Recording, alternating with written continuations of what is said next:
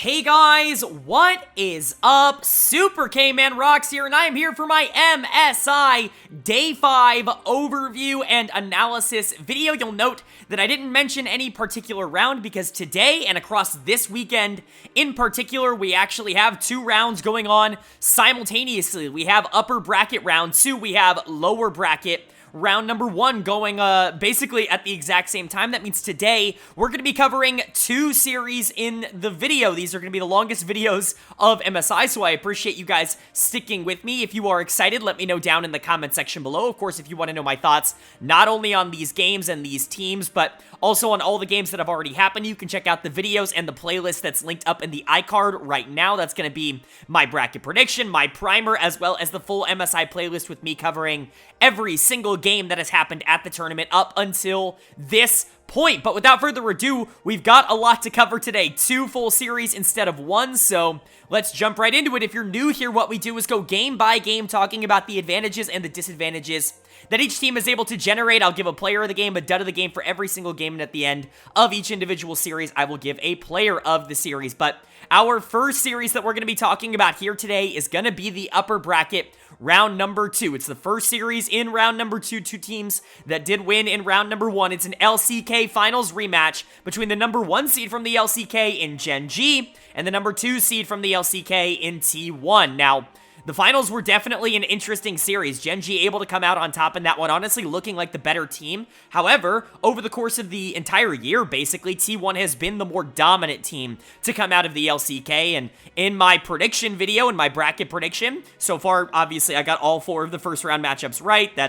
None of them were really big upsets, and so I'm not going to say that, it's some sort of massive accomplishment, but this is a matchup I did project and predict in that video, and in that video, I had T1 going over. I had it being 3-2 or 3-1 in favor of T1, and I do think that that is kind of where I still stand on going into this. I think T1's playing with the chip on their shoulder. They absolutely obliterated Mad Lions in round number 1, but Gen.G is certainly not a team that you can overlook. They played really well against G2 in that same vein. They were arguably just as dominant in their wins. They just ended up kind of throwing away game number 3, but overall, this is going to be a really fun series. These 2 teams, these 2 organizations always play each other really, really tough, and I don't think either team is really going to be able to run away with it, but let's go ahead and see if that ends up latching on or if it is going to be a blowout, just like basically every series in round number 1 was. We have to start it off, of course, with game number 1, and the winner of game number 1 was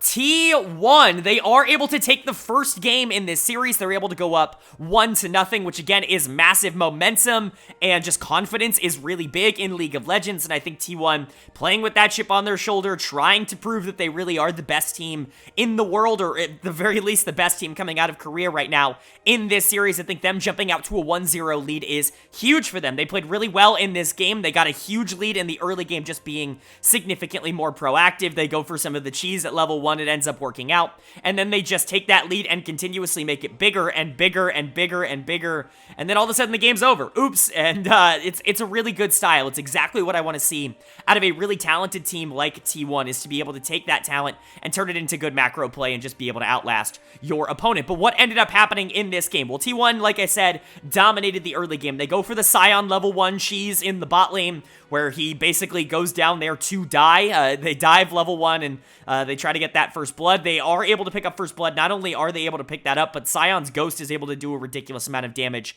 in the exchange as well. It ends up being a 2-for-1 in favor of T1, which is huge. It already puts that Jinx online, and it gives her a lot of pressure in that lane, and Owner wants to keep that going. He wants to continue to facilitate Guma and Keria. When you look at this draft, when you look at Scion, when you look at Poppy, when you look at Annie and Tom Kench, right? Like, everything is here so that the Jinx can get super far ahead. Owner continues to go bot lane. Really nice gank from him, and then they move up topside to get that Herald. They get one more pick there, and they're able to bring more people and get that. And so everything just kind of rolling, I would say, for T1 in the early game. They're able to generate basically a 3-4K gold lead through the first 9 minutes of the game just through being the more aggressive team. And that's what I want to see. Aggression is key right now in basically the entirety of League of Legends. It's the best thing you can do.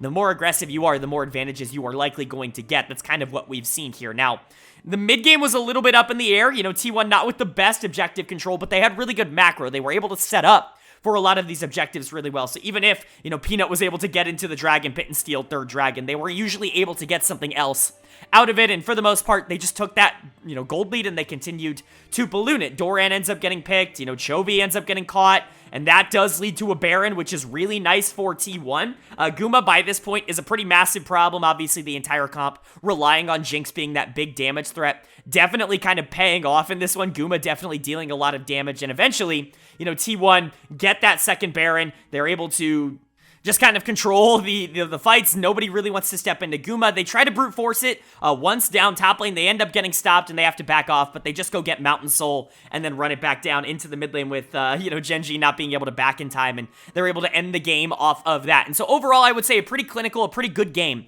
from T1. Not exactly the most, crazy plays, big outplay kind of game. This was a macro win for T1, and I think that is really enlightening, and that's a really good thing to see. My player of the game is going to go to Owner in the jungle. I thought he was really good on this Poppy. I was surprised to see Gen.G not prioritize it super high. Obviously, we know Peanut really likes that Poppy pick, and even though it's not entirely meta right now, I'm kind of shocked to see T1 prioritize it higher.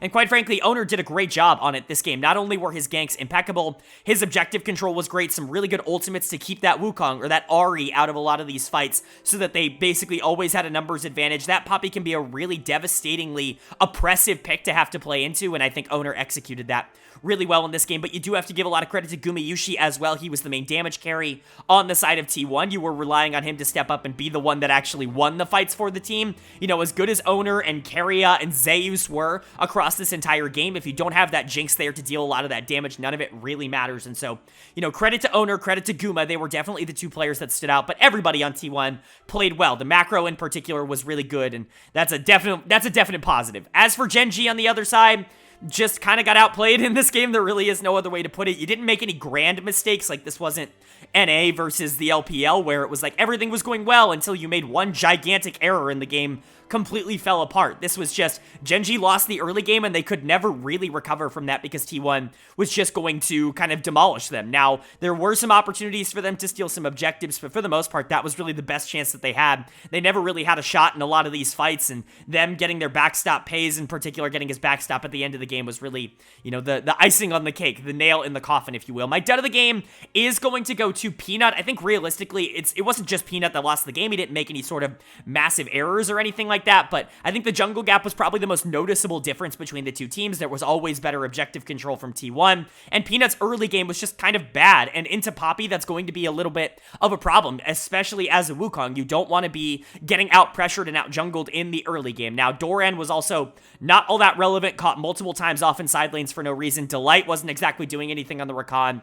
Chovy was zoned out of every fight, and, Pace was dealing damage, but there's really only so much he could have done. It's not like anybody on Gen.G was really all that good. Dud of the game realistically could go to anybody here, but I ended up giving it to Peanut because it was, in my opinion, the most noticeable. But for Gen.G, Game 2 becomes a must-win, in my opinion now. You certainly don't want to have to win 3 games in a row against T1. That is a gargantuan task to ask this team to do, and if you go down 0-2, that's the situation you put yourself in. And so Game 2, a very important one. I think you just need to be a little bit more aggro in the early game. I know that's kind of against the style that brought Gen.G here, but T1, if they're going to be this aggressive, and if they're not going to make those major mistakes to give away the lead, if you're not going into the mid game with a little bit of pressure, you're going to be in a pretty bad spot. As for T1, just continue to keep this up. Gen.G is a team that's pretty notorious for not wanting to take major risks in the early game. If you can capitalize on that period, get yourself a lead, and you're talented enough to be able to hold it, this series is going to be relatively easy for you, just like Game 1 was relatively easy for you. So are they going to be able to do that, or is Gen.G going to be able to bounce back and tie this series up? Well,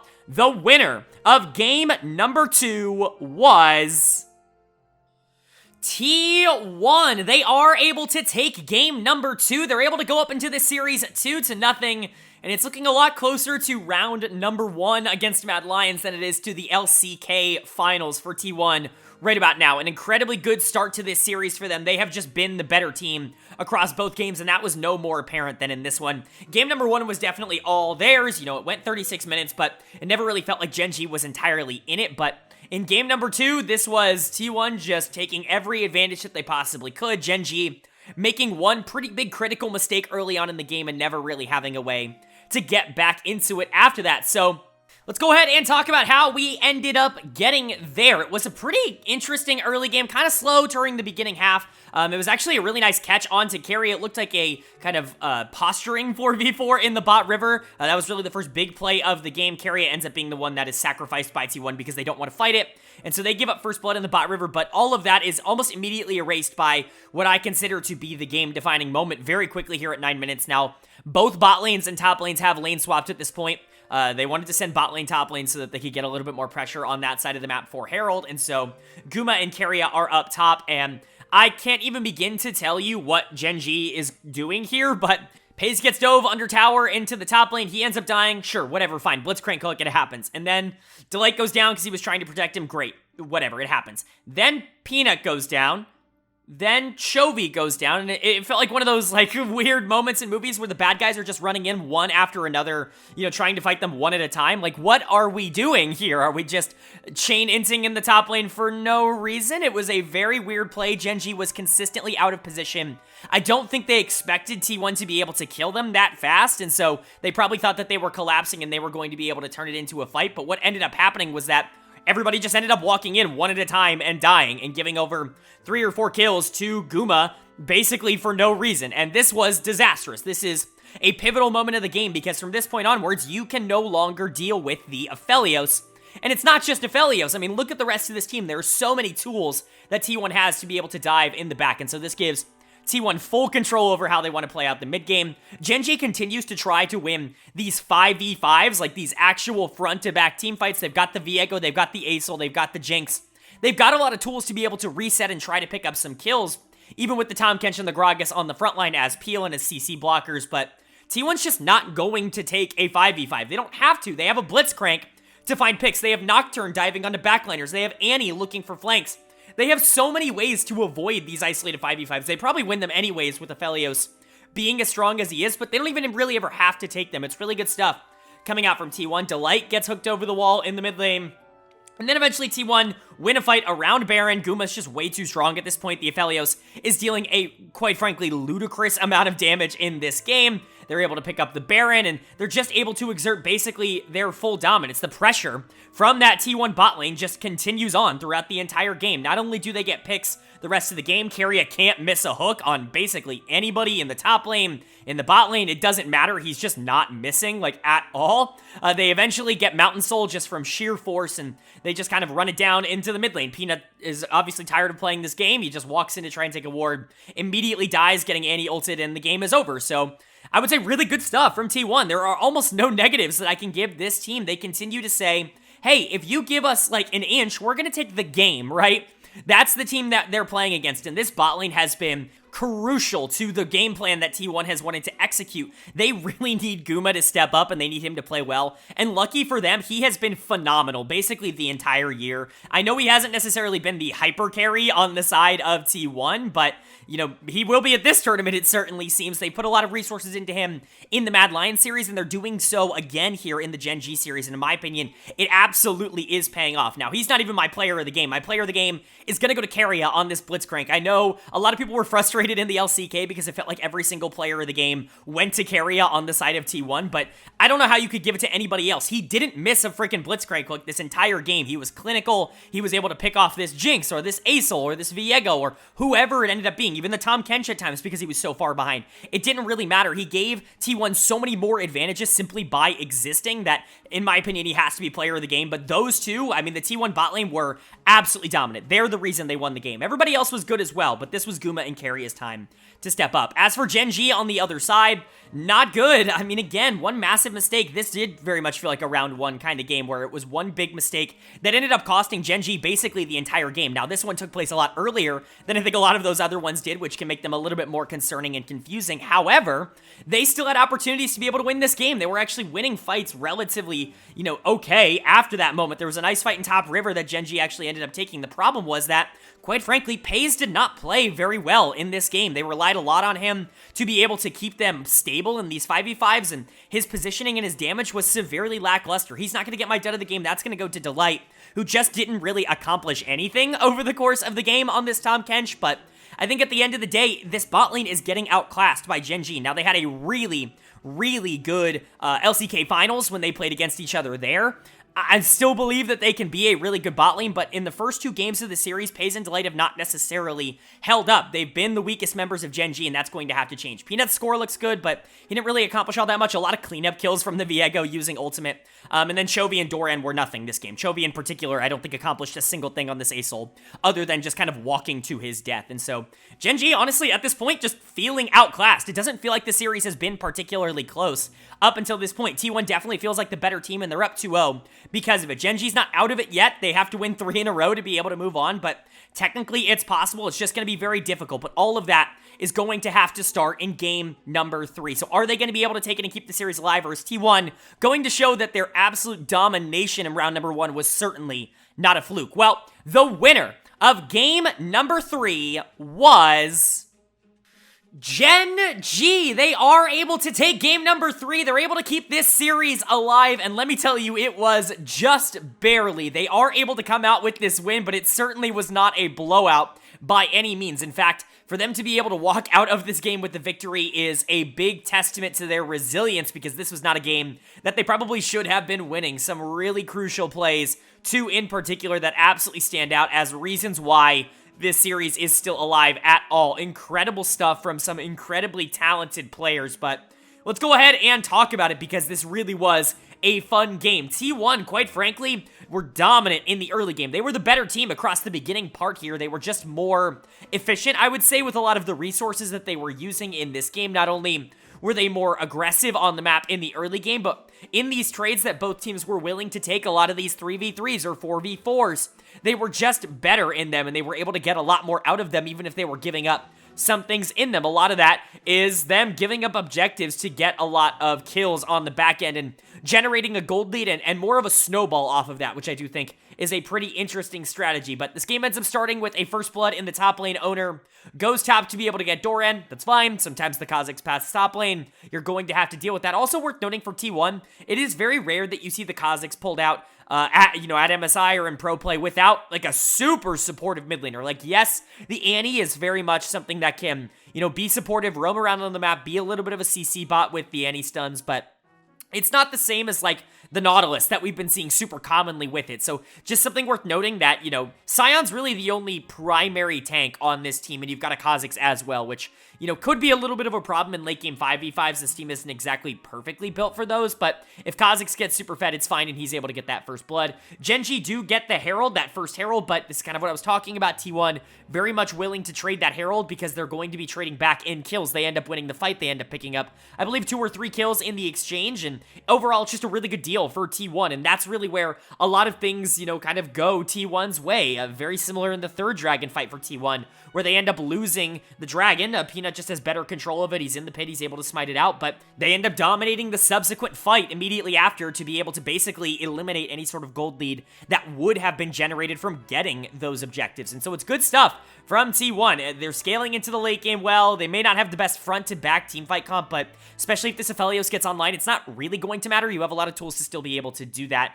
It really does look like T1 are going to be able to end the game. There's a little midpoint that is very weird, where it's Gumayushi and Keria basically just pushing into the bot inhibitor, and they get that while Gen.G and T1 are just fighting on the top side, basically 3 for 3. Gen.G kind of wins it. They don't win it entirely because Chovy ends up getting caught out at the end of it, but it's basically inhibitor for nothing. And then Guma and Keria decide to fight in the enemy's base in a 2v2, and they end up losing. It was just a very wild play. It very much felt like limit testing from both teams in a game 3, where if Gen.G loses, they're sent, into loser's bracket. That's certainly not the time that I would expect these teams to be limit testing in this kind of way, but it certainly was an interesting exchange. But really where I think things start to become interesting is the massive fight in the top jungle, where Guma ends up getting a quadra kill. It looks like the game is over. Guma ends up dying in it, but it's a 4 for, I believe, like 4. I think Chovy is the only one left alive for Gen.G, or a 3 for 4, I believe, and 2 people left alive, Zeus and Owner on the side of T1. It looks like Chovy is about to die as T1 is about to close the game out with the Nexus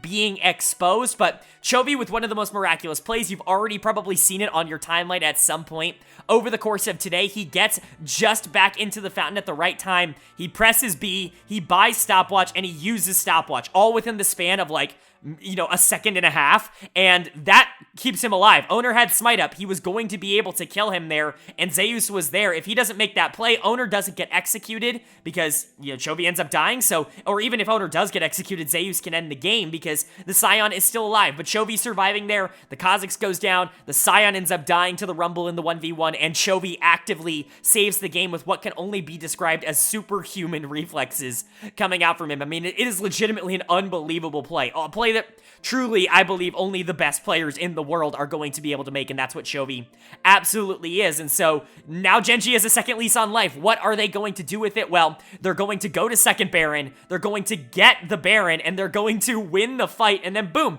first one fight of the game is now over. They march into the base, and they are able to end it. It's incredible stuff from Gen.G. They really shouldn't be walking out of this game with a win. This probably should be a 3-0 sweep for T1, but congratulations to this Gen.G team for staying focused, for staying confident, for being able to win the fight when it mattered the most. Player of the game was actually very difficult because for most of the game, I wouldn't say that anybody on Gen.G was really outstanding. There were a couple plays, obviously. Chovy's base play comes to mind, but I think when you're looking at the overall package of what Gen.G was able to accomplish in this game, my player of the game is going to go to Peanut in the jungle. I thought he was really good on the Wukong. The engages were super influential in the back half of the game. He did a great job trying to set up Gen.G in these positions. It just didn't matter until the final team fight where it did matter. He finally had the stats to be able to back it up. He finally was able to survive long enough to be able to let the rest of his teammates, you know, really help out on a lot of these plays. And honestly, his control of objectives throughout the game, being able to avoid Soul on T1 by getting that smite on third dragon, to be able to get Herald, to be able to get Baron,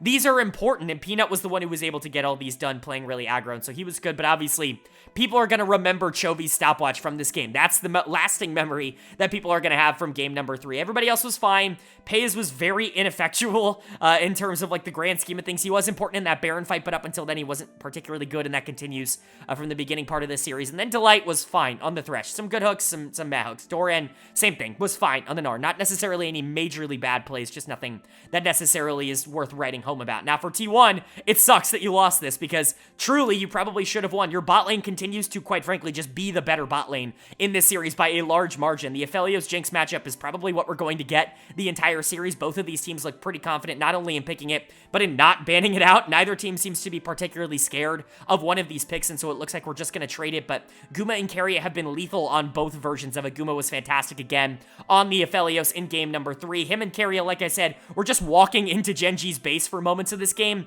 basically untouched, which is unreal. Now, my dud of the game is going to go to Zeus in the top lane. I do think that if he does play a little bit better in terms of the back half of this game, if he's able to be a little bit more impactful as the front line in some of these team fights, and most especially if he's able to survive in some of these side lane experiences and use that Scion passive a little bit better, I think T1 is actually able to end this game, and so definitely frustrating. I know Zeus has, whether warranted or not, gained the reputation of being a little bit of a big moment underperformer. I don't necessarily know if I agree with that. There certainly have been moments of that, but there have also been moments of him being absolutely fantastic. He was really good at Worlds last year up until the World Finals. I know a lot of people will say, well, it doesn't matter. He was bad in the World Finals, but he was sensational across that entire tournament. And unfortunately, it just didn't happen on that day. You know, maybe it's a pattern, maybe it's not. I still need to see a little bit more out of him. I trust the skill, but he wasn't particularly good here. I also think Owner had a pretty bad game on the Kha'Zix. The Kha'Zix pick just isn't going to be all that effective if you're not able to actively assassinate somebody immediately. And Gen.G was doing a good job making sure that Kha'Zix wasn't effectual. But Guma and Keria are still fantastic. Faker had a pretty decent game, even if he was caught out of position a couple times. You know, him being able to blow up the Jinx immediately was pretty funny. But overall, T1 is still going to be going into game 4 probably feeling relatively confident. This game was really close, and honestly, they probably should have won it. This is a series that they can already say we probably should be the better team. They're probably going to want to close this out without any further damage being done. You probably don't want to take this to a game 5. T1 hasn't been particularly successful in game 5s. But for Gen.G, you kept your chance alive, maybe through a miracle in this game. Now you have to make it worth it. You've got to be able to win game 4, and you've definitely got to be able to win game 5 to make all of this story and this build-up all worth it. Are they going to be able to do it? Well, we're going to find out right now, because the winner of game number 4 was Gen.G. They are able to win game 4. They're able to take us to a game number 5, and they're able to come back in this series to, at the very least, tie it up. It's incredible that we are here, considering how the series has gone up until this point. T1 has definitively been the better team, I would say, across the first 3 games, when you look at least of, the pressure that was being put on throughout the entirety of the game. Game 4, in my opinion, is the first time in this series where I can go, wow, Gen.G, you actually looked better than T1. And game number 4, in my opinion, really is the first game where you can say that, because they looked great in this one. All of their players looked good. This is the first game where bot lane really stepped up. We'll get to that. A couple of really creative plays coming out from Gen.G, not only in terms of the macro, but in terms of the micro, in terms of how they want to engage on plays. I just really liked what I saw out of them. This is the Gen.G that we saw in LCK Finals, and this is the one that I was really hoping that we were going to get more of in this series. They've been given a second lease on life here in this series when it came to game number 3, and they absolutely took advantage of it so far in game number 4. But let's go ahead and talk about how we ended up getting there. A couple of nice trades in the early game gives Gen.G their first early game lead of the entire series. I know game 2 wasn't exactly disastrous for the team in the early game, but that massive mistake in that team fight ended up costing them. In this one, they were just purely ahead. They were just doing better. They were winning lanes basically across the board. Doran was doing really well in the 1v1. He was getting a solo kill. Well, almost a solo kill on Zeus in the top lane. Pays ends up stealing it with Jinx Rocket, but that's totally fine. Chovy was getting a lot of assistance from Peanut. Faker was basically 1v2ing the entire laning phase, and even though Owner was trying to help, a lot of times it was going Gen.G's way, and then Pays and Delight easily had their best laning phase of the entire series up until this point, with a lot of resources not going into Gumayusi and Keria. Basically, for the first time, T1 wasn't able to get the same kind of pressure on the bot side that they normally had, and so early game actually did go in favor of Gen.G. Now, really where things start to get a little bit more opened up, because yes, lane leads are important, but you got to be able to do something with it, is this really nice macro play top. T1 end up overextending after they get Herald trying to get top tier 1. Owner is up there, and he ends up getting picked off in that exchange, and then Gen.G, start turning on T1. They want to extend this fight, and they are able to do it. They end up turning it into basically a 3-for-0, and by this point, Gen.G has full control of the entire map. There really isn't a lot that T1 is going to be able to do. They're going to have to play on the back foot. Now, T1's not exactly bad at playing on the back foot. They've done it really well over the course of the LCK split, and they've done it well, at major tournaments in the past, even in this run where I think a lot of people would consider them, quote-unquote chokers, which obviously I don't agree with, but really I think the play that they wanted to look for and the play that they continued to stay aggressive for was trying to find anything onto this Jinx, trying to find any way to get onto Pays, trying to find any way to keep this Jinx from taking over the game, and it looked like they found it in the mid lane. They went all in with a really nice Zeus ultimate, but a fantastic stopwatch from Pays that I guess they just didn't anticipate ends up ruining their plans. It gives Gen.G time to bait out the fight, and Chovy with a fantastic re-engage to be able to turn it in favor of Gen.G. They end up winning that. They're able to grab the Baron off of that, and while they do try to end it in the bot lane by, basically just running it down, brute forcing them, with T1 finding a fantastic flank to be able to take out the Jinx for her only death of the game, mind you, and then I think they ended up turning it into like a 3-for-0, but Gen.G continued to stay confident. They continued to stay aggressive, even though they've lost the Baron buff. They try to move it down mid lane, and even though this also looks like it's going to be an absolute disaster, Doran gets poked out basically, to his entire health bar at the beginning of the fight. Pays takes a huge chunk coming in from Faker, who dashes over the wall to be able to deal a lot of damage. This looks really good for T1. The trio engage of Peanut, Chovy, and Delight completely obliterate Gumayusi, who was at full health on the back end of the fight, and from that point onward, Gen.G has it in the bag. They're able to ace T1, and they're able to close out the game. Really good stuff from Gen.G. This is exactly what I wanted to see. I wanted to see them not only win a game, because yes, they won game 3, but I really wanted to see them assert dominance at some level in this one to make me feel confident about their ability in this series. And you know what?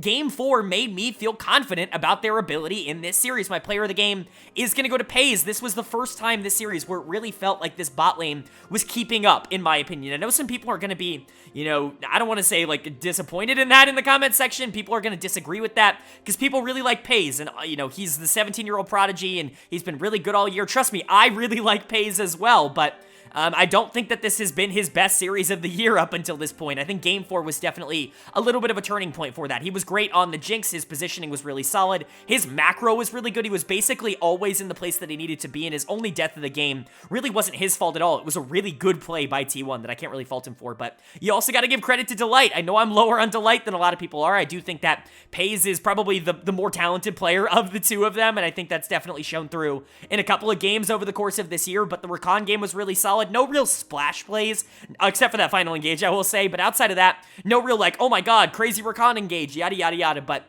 I would say a really solid game overall, keeping Pays alive, being that secondary peeler, and just being everything the team needed. Chovy with some really creative ways to engage. He used the extra, or like the extended blast cone in the jungle to be able to find a nice pick in the mid game. That was really creative, and then that fantastic ultimate to end the game was really good from him as well. Peanut with a good one. Doran on the Gragas obviously is T1's kryptonite, and so a lot of good things for Gen.G in this game, and honestly, I really liked what I saw. As for T1, I'm not going to say I'm getting worried, but this is a little bit of a worrying situation. You're now going into a Game 5 against Gen.G, and, you know, I have to bring up the stat. T1 has not won a single Game 5 since 2017. That's absurd. That is a crazy thing to say out loud, but that's a real stat, and that's what T1 are looking at in this series. Now, game number 4 certainly wasn't their best game, but there certainly were positives. They were staying aggressive in the mid to late game, and honestly, they still found a lot of avenues. If Pays had not had stopwatch, that would have been a huge catch for T1 in the mid lane that perhaps would have led to them getting Baron and completely turning the game around. They also found a really good fight in the bot lane, and the final,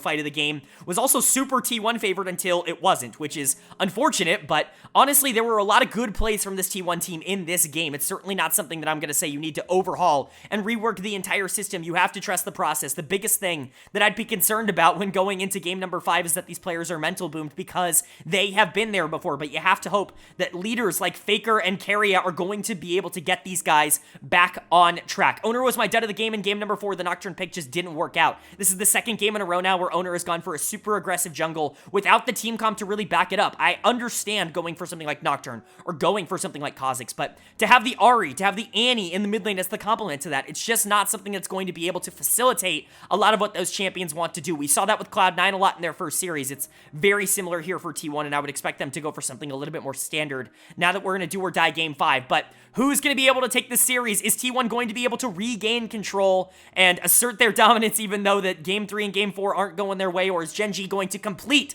the major comeback here and move on to winners finals? Well, the winner of game number 5 was T1. They are able to take game number 5. They're able to close out the series, and they're able to avoid what would have been a disastrous reverse sweep coming in from Gen.G. Like I said, I think earlier in the tournament, I've talked about this a lot over the course of the year, there's only been one reverse sweep in the entirety of any major region that I've covered in at least the playoffs across all of them, and that was the LEC finals in spring. And so almost having it happen here at MSI was pretty incredible, really crazy stuff, but unfortunately, Gen.G not able to get the job done here in game 5. T1 able to close it out, and honestly, this might be the shortest recap of all the games. Usually game 5 is the most climactic, there's the most to talk about, it's the most stressful.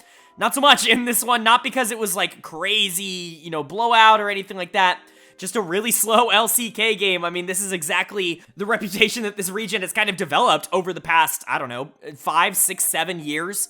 The slow region where a lot of macro plays end up going on, a couple of picks here and there, some nice early leads, kind of posturing in the early game, but one big fight in the mid game and then it's over. It's completely over. They end directly after, and that's exactly what happened here in game number 5. Not exactly the most action-packed of climaxes here, but let's go ahead and get into the little action that we did end up having. Early game is slow, but there definitely is some action, and it's pretty much all centered around Owner on this Rumble in the jungle. I couldn't see if he used the skin. I'd have to go back and check. I'm just thinking of it right now as I say it out loud. I really hope he did use the skin. But, bringing Rumble into the jungle here is a very interesting choice. Sending that K'Sante mid to go into Ahri, it's a good choice.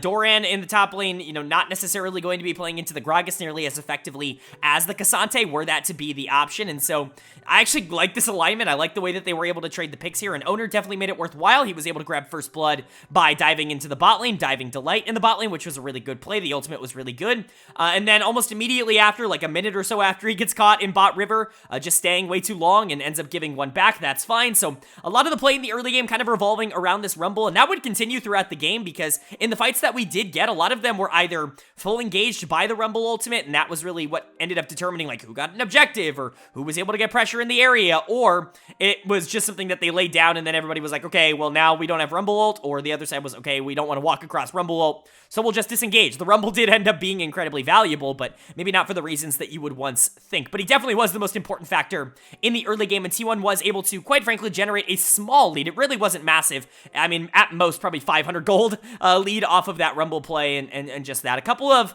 I would say, mediocre picks throughout the middle game here. We saw Doran die to a gank top lane. Great. Owner continuing to make action happen. We got Faker getting caught bot. Sure, whatever, you know, it's these plays that don't really matter. A lot of what happens in the mid game, which is, by the way, incredibly slow. Like, that's all I can really describe it as, is incredibly slow. Not a lot of flash plays, not a lot of action happening. Really, the big stuff is just the posturing. It's trading towers for towers. It's keeping the gold lead intact. It's T1 getting a lot of the dragons. That's really the story of the mid game, but it's nothing that's really going to, like, dominate the narrative, you know. At most, these teams are going to be separated by 400, 500 gold. There aren't plays in the mid game that really swing the tide in favor of one team or the other. It's just a lot of back and forth between these two teams. And then, like I said, there was one big fight, Gen.G being the one to initiate it. They try to find a pick in the mid lane, and it's actually a really good engage coming out from Gen.G. It feels like Delight actually plays it really well. He gets right on top of exactly where he needs to be, but Guma plays it spectacularly on the Xayah. He's able to ult at the exact right moment. The pullback is phenomenal, and then Owner's ultimate really seals the deal. Carry a follow-up. Zayu's dealing damage, and, you know, it's one team fight, whatever. Oh, wait, the game's over. Oops, the game, we killed 4. The game is over. They literally march down mid. The fight happens at 26 minutes. They march down mid, and they end the game. It's actually absurd that this was allowed to happen. We got one team fight the entirety of the game, and it was the game-ending team fight. Definitely, you know, pinnacle LCK, if you will, you know, posture, team fight, end. That's kind of the LCK formula, but I certainly didn't expect to see that in game number 5 here. Player of the game for me is going to go to Owner. Like I said, was definitely kind of the face of this game on the Rumble, was definitely the one making the most plays in the early and mid game. The ganks even getting caught out, but, you know, top and bot being able to get those lanes in pretty decent positions and also being able to secure a lot of objectives, kind of controlling the pathing that Gen.G want to take because of that Rumble ultimate. Really, a lot of this game was about Owner, and so he's going to get player of the game for me. He's also going to get my player of the series here. I really liked how he played against Gen.G. He wasn't perfect in game number 4, but his game number 1 was spectacular, and his game number 5 was also spectacular. I thought he was probably the most positive force for T1 over the course of the entirety of the series. I think realistically you could give it to Guma and Keria for that game number 2 as well, where they were both pretty spectacular, but I think Owner had a little bit of a bigger impact on the series as a whole, so he's going to get my player of the game in game 5, and he's going to get my player of the series here in round number 2. But like I said, bot lane was really good. They were the better bot lane by a considerable margin, basically across the whole series, with the exception of game number 4, which is fine. You know, 4 out of 5 games against a bot lane like Pays and Delight, you're better than them. Like, that's all you could really ask for Guma and Keria, especially because they really haven't been the focal point, again, up until this point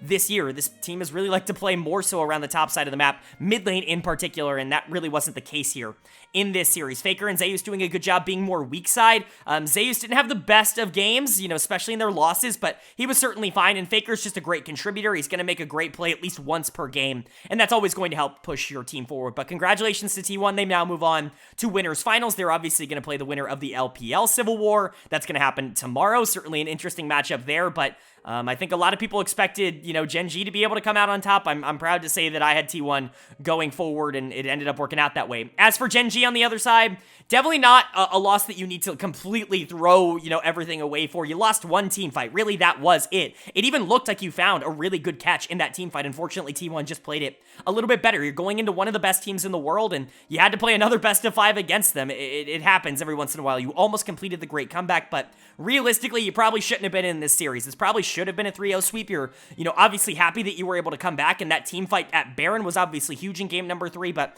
T1 kind of, you know, let you have that a little bit, and so, you know, for them to kind of be in this series, I definitely think, you know, you're not going to be too disappointed with the game 5 loss. Done of the game's going to go to Doran, but really, it's not like he played bad. There was nobody in this game who really played bad. There just weren't enough plays for anybody to make enough mistakes to be considered bad. Doran was down in lane, and, you know, that was because he picked Gwen into Cassante and ended up playing into Gragas, and so there really wasn't a lot that he was going to be able to do, but nobody on Gen.G was really all that exceptional. I think Chovy was really good over the course of the series. He was probably the best player on Gen.G. I mean, Peanut's definitely in that conversation, and Pays and Delight were really good in that game number 4 in particular, but Gen.G still has a lot of positives. Again, they're still the team that I thought they were going to be. They're a team with really good team fighting in the late game, and they're going to be able to come back and win. If they do win in the early game, they're probably going to be able to do a lot with it. Unfortunately, it's just not going to be super common for them to be able to generate a lot of early game leads against some of these really, really aggressive teams.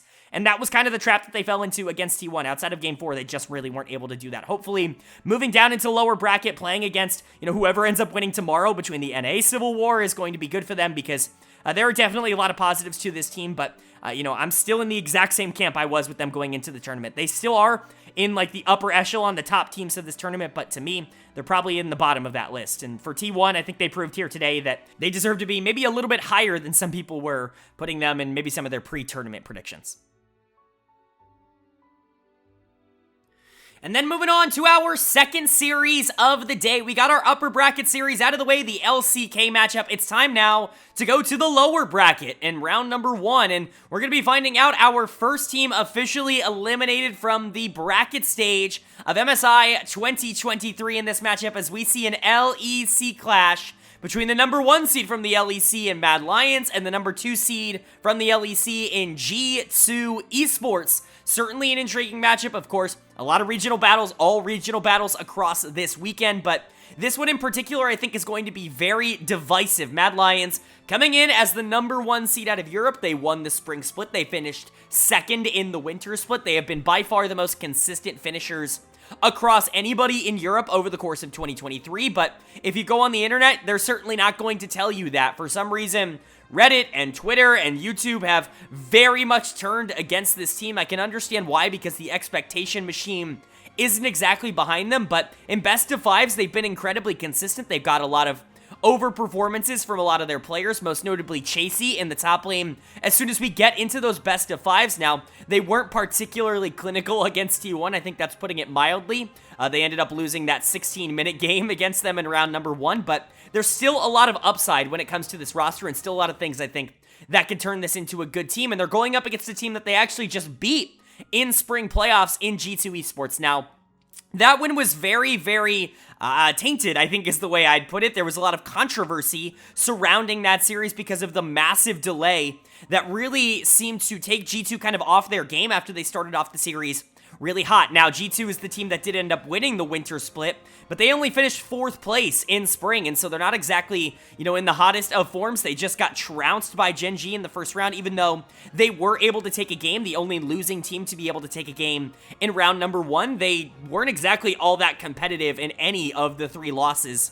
And so I'm not exactly sure where this team lies. My prediction for this series was G2 in 5. I didn't feel incredibly confident about it, but on paper, G2 should be the better team. Now, that's not to say that I don't respect Mad a lot as a team. I think they absolutely deserve to be here, and I think they should be able to put up a fight just like they were able to do basically every single time that these two teams went head-to-head across the year. But if I had to predict it, as much as I love Mad, as much as I stand up for Mad a lot on this channel, I'm going to have to go with G2. I just think they're the more talented team, and I think, you know, internationally, this is always an organization that has always kind of figured things out once they got there, and I think that's going to be the case here, but it's going to be interesting. Of course, let me know what you guys think down in the comment section, but without further ado, it's time to start with the game-by-game analysis, of course, starting off with game number 1, and the winner of game number 1 was G2 Esports. They are able to take the first game in this series. They're able to go up 1-0. Again, I talked about this in the previous series in this episode.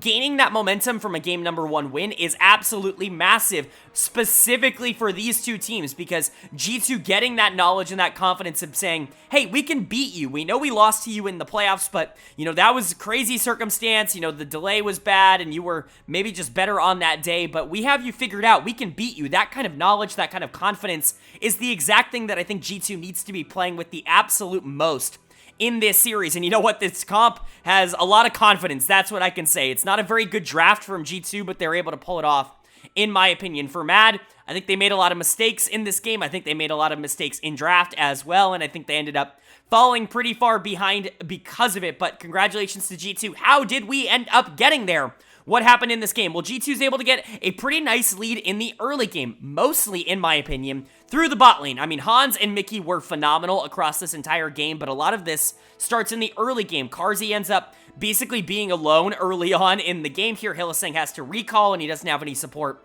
from Elyoya on the Maokai, and Hans and Mickey recognize this, and they go all in on top of the Jinx, who is just simply way too far forward. She ends up getting caught out for first blood.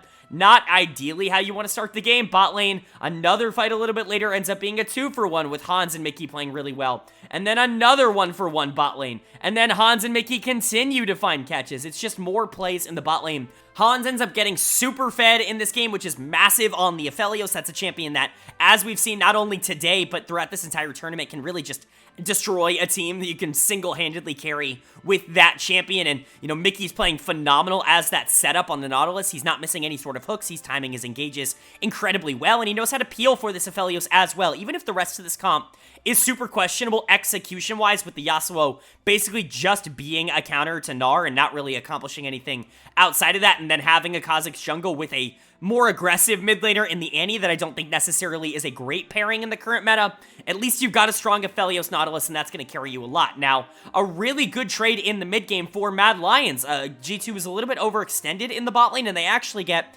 pretty punished for it. 3 go down, and Mad is able to pick it up. It gets Carzzy on the board, and that's going to be absolutely massive for their chance of staying in this game. Carzzy needs to be strong in order for them to compete with this Aphelios at all. Because the Aphelios is going to scale into the late game, you need that Jinx to be able to match, and that play was really good. However, the second Dragon fight at around 17-ish minutes was disastrous for Mad, and this is where a lot of the hope for the rest of this game ended up going to die. It's a massive fight on the side of G2. They end up getting, I believe, what was 4, basically for free. And then they're just able to transition that into another fight in the mid lane where they're able to pick up 4 more. They get the Baron, they go bot lane. Mad think they finally find a catch there. Basically just looking for anything with the Maokai ult at this point, and G2 is able to turn the fight to be able to end the game. It's a good look overall for G2, although there are still some question marks. This isn't exactly a perfect look, but when you're looking at the positives, you have to start with this G2 bot lane. Hansama and Mickey X were fantastic in this game. I think you could realistically give player of the game to either. Hans was the one that was capitalizing on a lot of the things that were being created. He was the main damage source in this game. However, I'm going to give my player of the game to Mickey X in the support position because I think that Nautilus play was ginormous. I think the support gap in particular in this game was entirely noticeable. 2 engaged supports really makes it obvious which one is going to be more effective. Now, obviously, when you get out to an early lead, that's going to be a benefit to an engaged support. You're going to look a lot worse as an engager if your team is behind because you're going to go in and die relatively quickly like Hylissang did a couple of times this game, but Mickey outplayed him in the early game so hard that it really didn't allow a lot of options for Mad Lions to be able to play their way out of it, and that applies to both Carzzy and Hylissang, and a lot of that credit has to go to both Hans and Mickey. Now, Yike and Caps both have good score lines. I think a lot of that was enabled by how good this bot lane was, specifically Yike, who I think did have a good game and obviously is very lethal on the Kha'Zix. He's been able to play it throughout the whole tournament, and Caps is good on the Ahri, or the Annie, I should say, as well, but neither of them were like crazy standouts like maybe their score line would indicate. And then Broken Blade honestly had a pretty terrible game on the Yasuo. He was consistently missing everything, but it didn't really matter because everybody else on the team won, so he was able to get away with it. On the side of Mad Lions, nobody really played all that well. A couple of good score lines coming out from like Elyoya or Carzzy, but the mispositioning from a lot of these players was certainly a problem. Carzzy was certainly not as good as his 5-5-3 scoreline would entail, and my dud of the game is going to go to Hylissang. Like I said, the support gap in this game was just pretty massive. It's pretty noticeable when an engaged support is behind because they're just not able to do a whole lot, and Hylissang was just not able to do anything across this entire game. Mickey X just outplaying him was definitely a little bit of a problem in this game, and Carzzy not exactly being the pinnacle of consistency in the early game certainly wasn't something that they could dig themselves out of, I guess you could say. But for Mad Lions, I just have a lot of questions about the allocation of resources in this game and in this draft. Obviously, going for the Gnar makes sense because Chasey's good at Gnar, but drafting the Jace as well. Niski has been a pretty poor Jace over the course of his career, at least in comparison to some of his other picks, and Chasey is fantastic at Jace. In fact, it's the pick that really emerged him in the best of fives, not only against G2, but against everybody else in Europe. So it's really surprising to see them not only pick the Jace, but not give it to Chasey in the top lane. Really a perplexing kind of draft for me. I think Elyoya had some moments on the Maokai, but outside of that, Mad Lions really didn't look to be in this game, outside of that one fight in the bot lane, which really was G2 overextending more than it was Mad finding a good pick. There really just wasn't a lot of positives to talk about, but it's only game 1. Again, Mad Lions ended up losing game 1 in the spring playoffs as well, so a lot still to build upon, and definitely the series is far from over. G2's going to want to be able to bring this to 2-0 to be able to get that solid lead, but Mad Lions is certainly going to want to tie this up. Who's going to get their wish in game number 2? Well, we'll find out right now, because the winner of game number 2 was G2 Esports. They are able to take game number 2. They're able to go up into this series 2-0, and I really don't want to talk about this game because this game was absolutely awful. I mean, like, I hate to say it. It was a lot of fun to watch. If you like chaos, if you like train wrecks, this is the game for you. If you like crazy League of Legends, this is the game for you. If you like clinical gameplay with teams playing at a high level and not making mistakes, this is probably not the game for you because this was a game that was just not good from either team. I'm not going to mince my words. I try to shoot straight from the hip on this channel, and I'm going to in game number 2. Both of these teams played so poor. It felt like neither actually wanted to win the game. There was one player in this game who wanted to win, and his name was Broken Blade, and you gotta give him a lot of credit. The man pulled out Cassiopeia top blind and ended up winning on it, which is absolutely absurd. And you got to give them a lot of credit for that. Super fun draft coming out from G2. I actually somehow like this a lot more than their game number 1, mostly because of Caps on the Nautilus mid, even if it's not an ideal playstyle for Caps individually as a player. I think it will definitely make Yike a little bit more successful on the Bel'Veth. Maybe I'm right about that. Maybe I'm wrong. They won the game. You know I'm right about that. But let's go ahead and talk about what happened in this game. Mad had a massive lead in the early game, and they really deserved it. Honestly, they played a lot of the early game moments really well. Mad turned a gank mid into first blood for Elyoya, a really good play coming out from him, and he honestly had a good game on the Elise, at least when he wasn't throwing it away, which we will get to. Then he ends up catching Yike out in the jungle a little bit later. This is the power that Elise can threaten. You're going to be able to play super aggro in the early game, and there's really not a lot that the enemy team can do about it. If you catch the enemy jungler out in a really bad state, I mean, they're just dead, and there's nothing Yike could have done in that particular instance. He was just trying to take his Gromp, and he ends up just dying to Elise. Again, just walking into a bush. There's really not a lot he can do, but good stuff from Elyoya to try and generate more leads on the side of Mad Lions. Now, Caps does get ganked mid, but Yike ends up trading 1-for-1, so that's okay. Broken Blade starts playing well. He outplays the gank on the top side for a kill, which is really good, getting that on Elyoya, who had a bit of gold at that point, and so things are at least being okay for G2, but Mad definitely still in control of a lot of this mid game. They start to pull away a lot by the time we get to first Drake, and this first Drake fight is disastrous for G2 because Carzzy gets incredibly strong, and Carzzy really is kind of the focal point of Mad Lions over the course of the mid game. He plays really well, and this part of the game in particular, being really aggressive with his Aphelios and actually being able to deal a ton of damage. He even picks up a solo kill in the mid lane as we go through the mid game. It's just good stuff from Carzzy after getting dominated in game number 1. It's good to see him continue to play with that aggression. We know he's not really going to lose that. That's the kind of player that he is just in general, but it's good to see it, especially on a champion like Aphelios that can make things happen. And with Niski on the Cassante, there are options for you to be able to win front-to-back team fights later in the game. So Mad end up using that advantage that they're able to generate from Aphelios and just from map control in general to actually generate like a good 4 or 5k gold lead in the mid game, which is certainly noticeable. Now, you're wondering how, if they had a 4 to 5k gold lead, did this game go 28 minutes? How could Mad have thrown so spectacularly? Well, you do that by trying to take Baron 4v5. I don't know, I can't even begin to explain to you why they made this call. This might be, you know, and maybe I'm being hyperbolic here, but this might be the worst call that I've ever seen in a League of Legends game. I mean, this just doesn't make any sense. I can't tell you what Mad Lions is thinking here, but they go for it. G2 just shows up. Caps hits like a 3-man ultimate on the Nautilus. He's able to deal a lot of CC, and then Broken Blade, Hans, and Yike are able to collapse in, and they just ace them. Boom, poof, Mad Lions lead gone. Baron goes over to G2, and it's like, okay, well now G2's in control. Mad Lions made a major mistake. G2's going to be able to win the game, but they go into the bot lane to try and end, and they get absolutely destroyed by Mad, who, by the way, is still up in gold. That's how much gold they had going into that fight. Mad ends up winning that, and it's like, wow, this is great. They end up pushing bot themselves because they have all the pressure now, and they get quite a bit out of it. It was a really nice fight. They got a nice catch, and, you know, everybody starts to back. Chasey and Niski are out of there, but Elyoya's like, oh, wait, I have a pick here. It's kind of 5v4. Like, you know, we have a little bit of a numbers advantage. Let's go ahead and go for this play, but Niski and Chasey head back, so they have to teleport into this play, and by the time that, you know, they end up getting in, Elyoya has been blown up by Yike on the other side of this fight, and Cassio has turned this, it's a 4v4, and it's a super fed Cassio who's basically just been gaining gold and team fighting well throughout the entirety of this game, and she absolutely obliterates Mad Lions. They win that fight, and then in the front-to-back fight in the mid lane, Hansama really steps up. Basically, for the first time this game, he's able to have a nice fight. Broken Blade still does his damage, and G2 wins it to be able to run it down top and be able to end the game.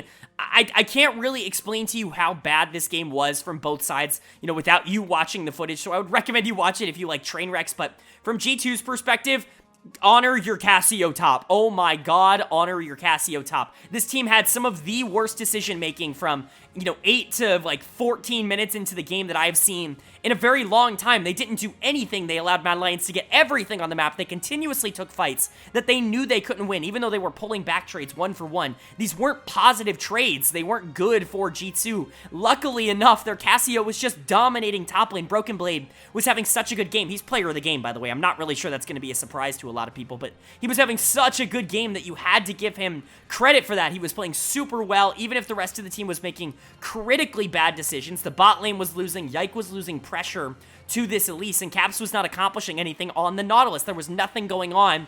And then Mad Lions decided, no, we're actually going to throw harder. Somehow we're going to make this Baron completely free for you guys. And then we're also going to give you a free fight at the end of the game that lets you win. There were so many opportunities for Mad Lions to win, and yet they didn't want to. They didn't want to take any of them.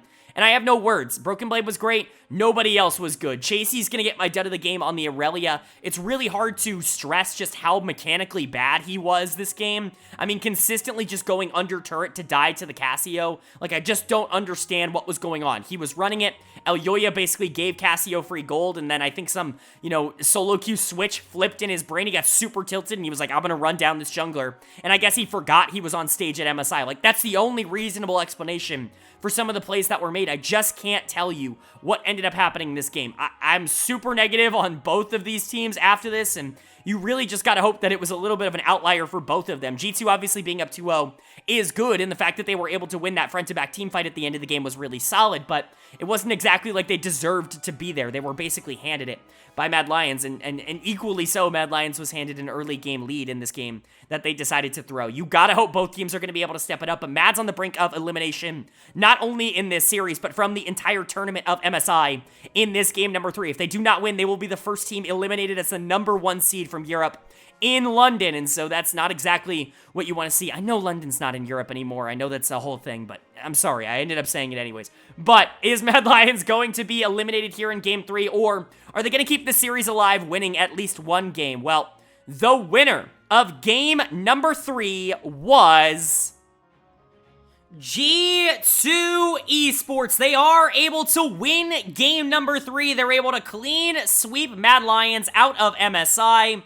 And they're able to prove that, at least as of right now, they're the top dogs in Europe once again. I know BDS and Vitality aren't here, and they're definitely going to have a claim on that title as well, but for now, it's G2 Esports, because they're the ones performing internationally, and that's all we really have to go off of. Now, this game was also not entirely the most entertaining in the entire world, the series in general, in my opinion. Sorry if I'm upsetting your European fans. I don't think that they're going to disagree with me on this, is why I'm saying it so confidently. Wasn't the most entertaining series of all time, but G2 being able to come out on top is certainly probably what a lot of people were maybe expecting and hoping for, because a lot of people want to see this G2 team succeed. They have a lot of upside, they have a lot of really good talent on this team, they just really haven't been able to put it together. Hopefully this can be the start of something, but let's go ahead and talk about how we ended up getting there in game number 3. It was actually a relatively close early game. Neither team really separating themselves nearly as much as you would hope. Both teams playing a lot more passive, I would say, than games 1 and 2, where they were kind of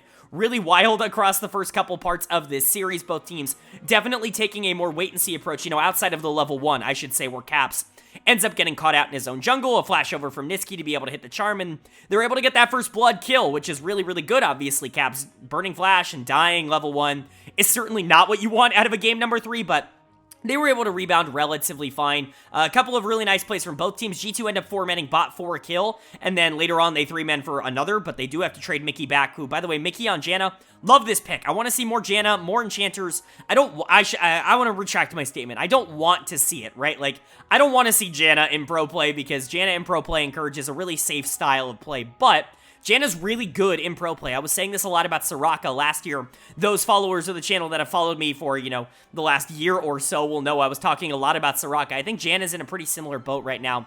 Just a good champion that I think would benefit from getting played a little bit more in certain comps, especially when champions like Lulu are banned out like they were in this game. But going back to that Casio top, this time into the Cassante, definitely a little bit of a different challenge going into Cassante than it is into something like Aurelia, but you had control over it this game, and then, returning Yike onto something aggressive with Caps in the mid lane on the Nautilus. It gives you a lot of options, but they wanted to play for bot lane, and Mickey was more than happy to give up his life for it. Now, really the funny early game play is the 1v1 that ends up taking place in the bot lane between Yike and Hylissang.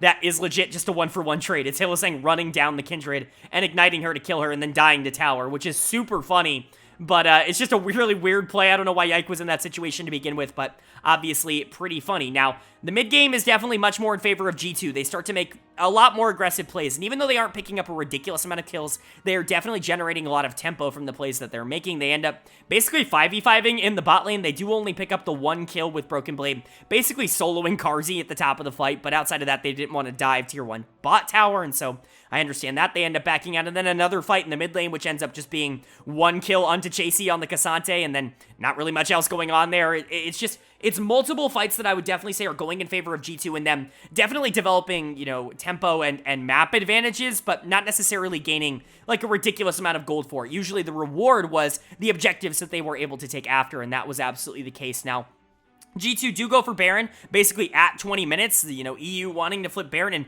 at first it looks like a complete Baron flip, and then I completely forget they have a Cassio, they drop down the Miasma, and the Wukong can't get into the pit to be able to smite it, so they were able to get the Baron, they were able to get out, no fight, which again, just kind of encapsulate this. There really aren't a lot of kills in this game. It's mostly G2 just out, I don't want to say out macroing, because it's not like they were making crazy plays, but just being a little bit more aggro, dictating the tempo, and deciding when and where they wanted to be, and Mad saying, well, we're not going to win, but you will only get one, right? That's kind of what the mentality Mad was playing with in this game, or at least that's what it felt like. Eventually, we end up going to Dragon, and that's really where things start to break open. That Dragon fight was absolutely massive for G2. They were able to pick up, I believe, 4 in that fight and get the Dragon for free in that circumstance, and then one last fight in top jungle is enough for G2 to be able to end it at 25 minutes, and it's just another game of, all right, kind of interesting gameplay, not necessarily the most unbelievable. You still got to give a lot of credit to the same player that you gave a lot of credit to Game 2 for, because my player of the game is going to go to Broken Blade, and it's pretty much a no-brainer player of the series for Broken Blade. He's been fantastic across the entirety of MSI. I haven't talked about him as much as other analysts have. I think he's gotten almost every single player of the series for G2. I think this is the first one he's getting for me, not because I think he's bad, but I think players like Mickey and Yike weren't necessarily getting the same kind of credit that they maybe deserved in play-ins, but this was Broken Blade series. The 2 games of Cassio were absolutely a blast to watch. I had no idea he had this in him, and it was really, really fun. Chasey was completely outplayed across this entire series, and Broken Blade was just really, really good. He was the aggressive damage. He was willing to go under tower to try and kill people, and, Carzzy in particular had a really hard time dealing with that. Wukong couldn't jump in. Ahri couldn't dash. There really wasn't a lot of things that they could do to kind of counter that Cassio, and it ended up being a massive problem, obviously in Game 2, but also here in Game number 3, and then Yike had a much better game. A good game on the Kindred, his only death being that 1v1 to Hylissang in the bot lane, which is really funny, but outside of that, he basically played a perfect game. Caps was good on the Nautilus outside of the level 1 catch, and Mickey and Hans were good in the bot lane, even if they weren't necessarily the focal point in this game. It was just another, okay, good win by G2. They didn't have to make any crazy plays. Mad Lions, quite frankly, just kind of gave a lot of things in this game to them, and they were happy to take it. As for Mad on the other side, disappointing performance. This was a horrible way to go out at MSI, and honestly, you had a horrible showing at MSI. There really is no defending how this team looked. Not only did you lose in 16 minutes to T1, getting swept in that series, okay, it's fine. T1's a really good team. We saw that earlier today, but getting absolutely blasted by G2, and honestly in ways that make you look like a bad team, it's certainly not a great look for Mad. They've got a lot of work to do going into the summer split. I still think that this team has a lot of challenges, but I'm going to get a lot of flame for this, but it's fine. I'm going to say it. It's buried in, an hour or so into this video, and so maybe, the crazy European fans will miss it, but I don't think Europe's really good right now. I don't think that this region is producing high-level teams, and I think a lot of it is because of the way that the domestic league is currently playing. I think a lot of games in the domestic league are decided pre-10 minutes, and I don't think a lot of these teams know what to do after that. I don't think a lot of them are very good at playing from neutral or at, playing from a deficit. I don't think any of them really have a good idea of where to put resources when they have to try and play a game out after 15 minutes. I think a lot of games in Europe are decided before those 10 minutes, and I don't think a lot of these teams really have a lot of options to be able to go for that. That really showed up in this series. That was something I was worried about going to MSI, and honestly, my worries have only been furthered by the gameplay that we saw here. Hopefully G2 can kind of dispel some of those. They now move on into the lower bracket round 2, the same round that Gen.G is now in. They will not be playing Gen.G because there is a bracket swap. They'll be playing the loser of tomorrow's series between JD Gaming and Billy. But for G2, you just gotta hope that, you know, they can level up from what they showed today, because in my opinion, you know, while they were able to win 3-0, which is obviously a good result, it wasn't exactly the most convincing result. And then for Mad Lions, your tournament comes to an end here. You've got a lot of work to do before summer, but again, with, you know, the volatility, I would say, of the state that the LEC is in right now, it's not exactly the most improbable for them to also be heading to another international tournament later this year. All right, but that is going to do it for my MSI Day 5 overview and analysis video. We talked about Gen.G T1, we talked about G2 Mad Lions. I want to hear you guys' thoughts down in the comment section below. What do you think is going to happen tomorrow? We've got BLG and JDG, we've got C9 and Golden Guardians. Of course, you'll know if you watch my bracket video that I have JDG going over in 4, and I have C9 also going over in 4 in those, but I'd love to hear you guys' thoughts on what you expect to happen down in the comment section below. Of course, if you enjoyed the video, let me know. Let me know down in the comment section, and leave a like. It really does mean a lot, not only for me, but for the channel as a whole, for all the people who help me work on these videos. It helps get this video out to a lot more people. It shows me that you guys are enjoying the content. It really does mean a lot. Of course, if you're new here, hit that subscribe button. We're posting about every single day of MSI action. That's going to include the rest of this tournament. Of course, I've already said, linked up in the iCard is every MSI, you know, game up until this point. You can check that out there, but we're also going to be posting about every subsequent game. So if you're interested in that, hit the subscribe button and hit that bell. I promise if you enjoyed this video, you're probably going to enjoy a lot of the rest of them as well. But of course, with all that being said, I hope you all are having a great day. I hope you continue to have a great day, and I will see you all later.